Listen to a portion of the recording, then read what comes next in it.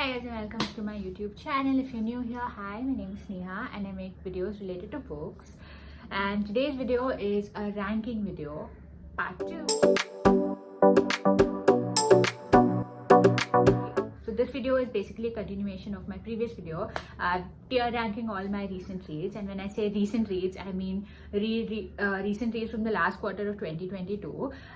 So I'll link up the first part of this video up above if you are interested in watching that, and this is the second part of the same video where I talk about more books, a lot of audiobooks, how I felt about them and how to rank them. Before we start with the second half of the video, I just wanted to put out a disclaimer because I got a comment on the previous video regarding one of my tier, the rankings, which said, skip pages to get to the end. Somebody commented saying that, if you really are skipping pages and skipping chapters to get to the end, you should not count that book as a read book in your charts. And for that, I just wanted to put out a disclaimer that I wanted to, kind of be funny, witty in terms of the tiers. So that's why I named it like that. But in reality, I never skip like entire pages or sections. I usually like speed read through it, or maybe I skip a few lines if my attention is wandering at the worst. I am very scrupulous in terms of counting the read books and my unread books, but also I do this for fun, and this sort of video is fun for me, and I don't know why I'm justifying myself so much, but I just wanted to put it out there that when I say skip pages to get to the end, I really didn't skip actual pages. I might have skipped text, but that's it. So don't come for me again. And yeah, so you might hear me in this video also referring to skipped pages to get to the end quite a lot. So I just wanted to clarify that. And if it was clear in the earlier video, I'm sorry, that's my bad. But anyway, that's it. So that's a long-winded explanation for what I thought was a simple thing. But anyway, the internet, being the internet, it required me to clarify this. So that's what I'm doing. Anyway, back to the video. I hope you enjoy it and I'll see you soon. Then I have the last audiobook and the last book that I finished in 2022. This is Notes on an Execution by Tanya Kufafka. So this is basically an account of a man who is on death row, and this is like it's the day leading up to when he loses his life. This book I think is a brilliant look on capital punishment. It's just a brilliant look on how criminals are why they are. Like, for example, how you can't really escape your lot in life, about how there are certain circumstances and there are certain incidents very early on in your life that kind of shape you for the rest of your adult life, and maybe it raises the question of how much such trauma and how much of such brutality of your past needs to be taken into account in case somebody's committing terrible crimes which are worthy of being on death row, about second chances, about whether people deserve second chances and all of that. So I love this. Again, an audiobook.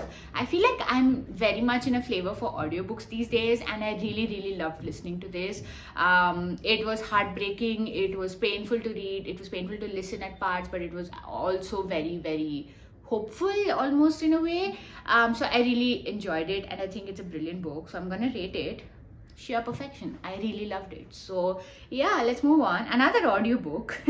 This is Remarkably Bright Creatures by Shelby Van Pelt. This is a debut novel, I think, and it's a story of an old woman working in an aquarium and how she kind of befriends this Pacific octopus, which is like apparently a very clever creature in real life. And in this book, it also talks. I mean, it doesn't talk like the narration has the octopus's thoughts, and it also has feelings and emotions and how it bonds with this old man or old woman, and how a story and helps unravel the old woman's tragic past. I felt like the talking octopus was very cute and whimsical, and I loved the octopus's parts.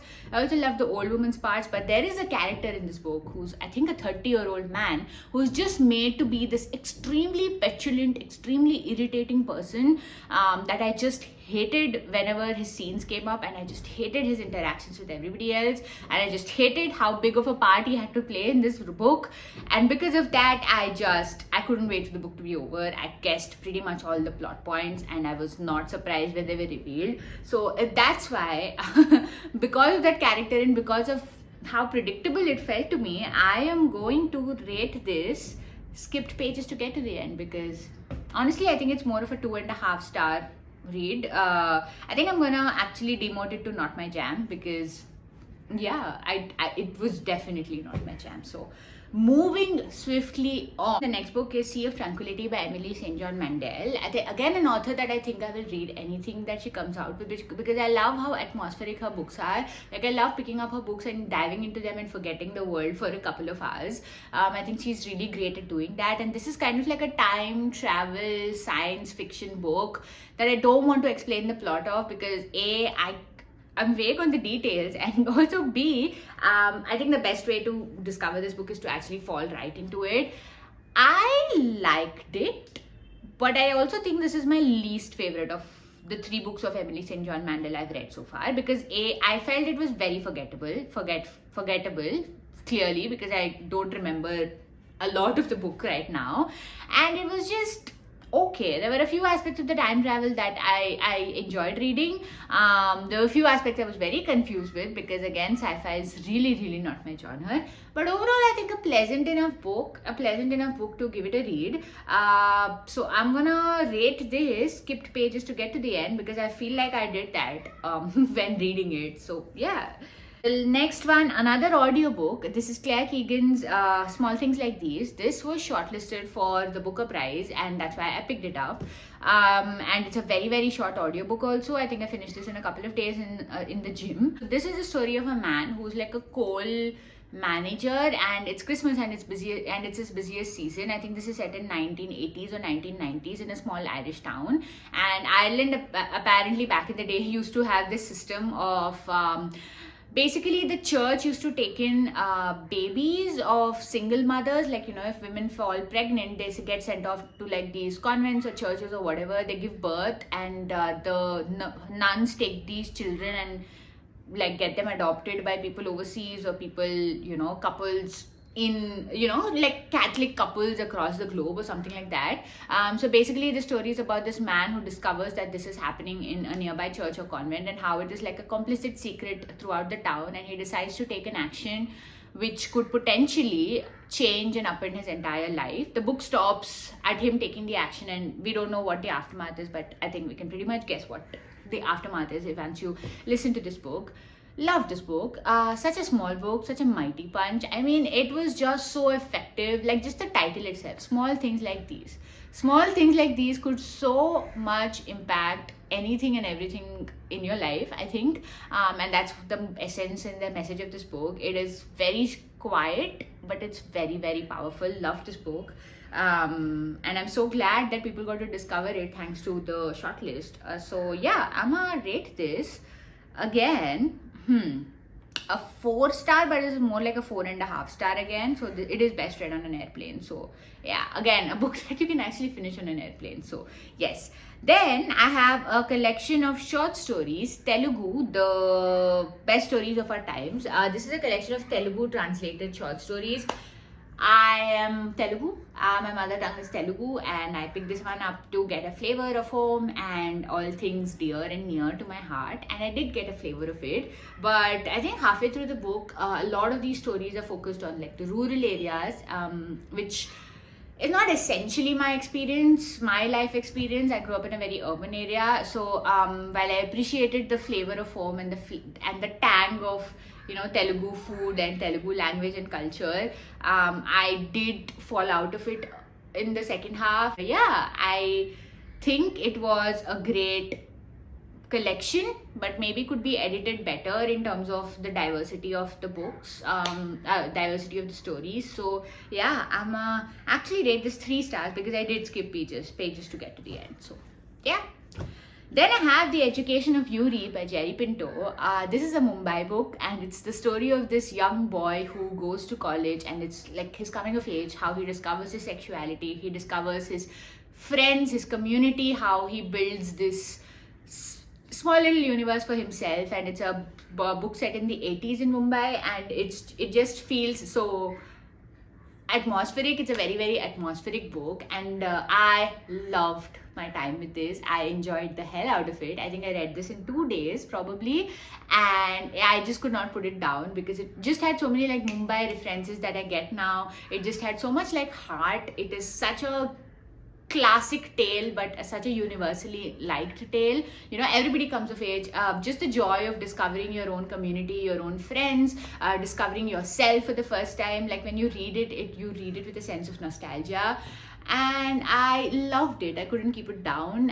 So I'm actually going to rate this 5 stars. I think it's a little less than 5 stars, but I loved my time with it. And it just talking about it gives me a smile. So because of that, it is sheer perfection. So yeah. Moving on, then I have The Marriage Portrait by Maggie O'Farrell. I was so excited for this book. This is like a fictionalized version of this Italian count and his wife. So in real life, the count's wife dies under mysterious circumstances, and the author attempts to like do like a fictionalized version of the events which has happened, so on and so forth. It is the story of a young woman who's kind of uprooted from her life as she knew it, and she's sent off into this marriage where anything and everything is new, and like even the person that she has married seems to be way different than how he initially seems, and how that unravels. I think my first experience with Maggie O'Farrell was Hamnet. I loved that book. That is an easy 5 star for me. And because of that, I had so many expectations from this one. And I just love historical fiction anyway. So that's why I was so excited to pick this one up and read it. But I am sorry to say I was disappointed with this book. I mean, I just think that it is 150 pages too long. It could have easily been a shorter book, and I would have enjoyed it a lot more. Because of just how draggy it felt, I lost interest. I was skipping lines and text to just get to the end and see what happens. And even surprisingly enough, the end was not, the end was something that was not spent enough time on. You know what I mean? Like the end was too rushed, the middle was too dragged out, the beginning was fun. So I think because of that, I'm going to rate this skipped pages to get to the end, because exactly that's what happened. So yeah. Then I have the Booker winner, The 7 Moons of Mali Almeida by Shehan Karunatilaka. This is a Sri Lankan book, and it's set in the Sri Lankan Civil War. And it's basically like a magical realism book. Basically, a war photographer dies, and he's in like this limbo between heaven and earth, and he has 7 moons or 7 days to figure out who has killed him and why, and also get his family to find a cache of photographs which have the potential to shake up the country and like have like really disastrous effects. Love this. I know I read the version which is rewritten for the Western audience, I think. Yes, I don't think, I know that I read the version which is for the Western audience. I regret that. I want to actually read the original text, but it is what it is. I read this and I really loved it. I really enjoyed my time with it. It is sparkling, it is witty, it feels dangerous as you're reading it, but you can't keep it down. I loved my time with it, and I'm really excited to actually read more of this author. Again, I'm so thankful to the Booker for highlighting such books and such authors, which I very much loved this year, and I hope to discover more of the authors going forward. So again, this is a 4.5 star read for me, but I'm gonna put it in best read on an airplane for right now. So yeah. Then I have the last 2 books. I have The Trees by Percival Everett. Again, a book long-listed. No, I think it was short-listed book as well. I again heard this on audiobook. This is the story set in the South in the US. Basically about a small white town where white men and women are mysteriously dying, and there's like this entire like race aspect to it, and there's like a black body which is found next to all these white bodies. I am not one to comment on race in the US. I know it's a very contentious topic at the best of times.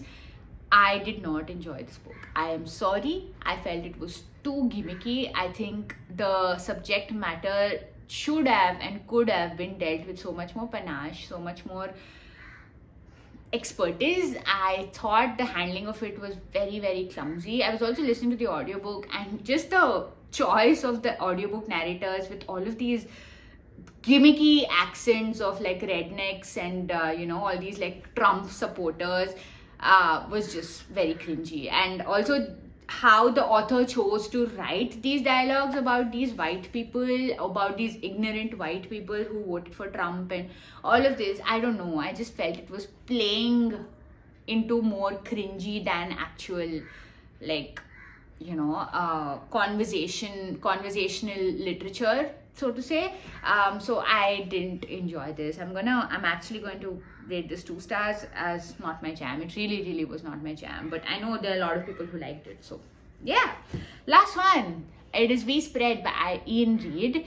This is like a horror / contemporary fiction. I don't know how to rate this, rate this genre wise, but this is the story of this old woman who is kind of living alone after her partner has passed away for a few years now, and she gets to know about how her husband has made these arrangements for her to live in like an assisted living facility, which is very different from other assisted living facilities. But she goes there, and it's a small one, like there are only like 5-6 more people and like 2 minders, and she becomes friends with all these people, and but also she's kind of unraveling mentally, in terms of her memory issues, and but also she thinks that there's something sinister going on. So you're kind of like playing with what is real, what is happening, like is she imagining this, or is this really happening, is there something sinister going on, or is she like forgetting things and all of that.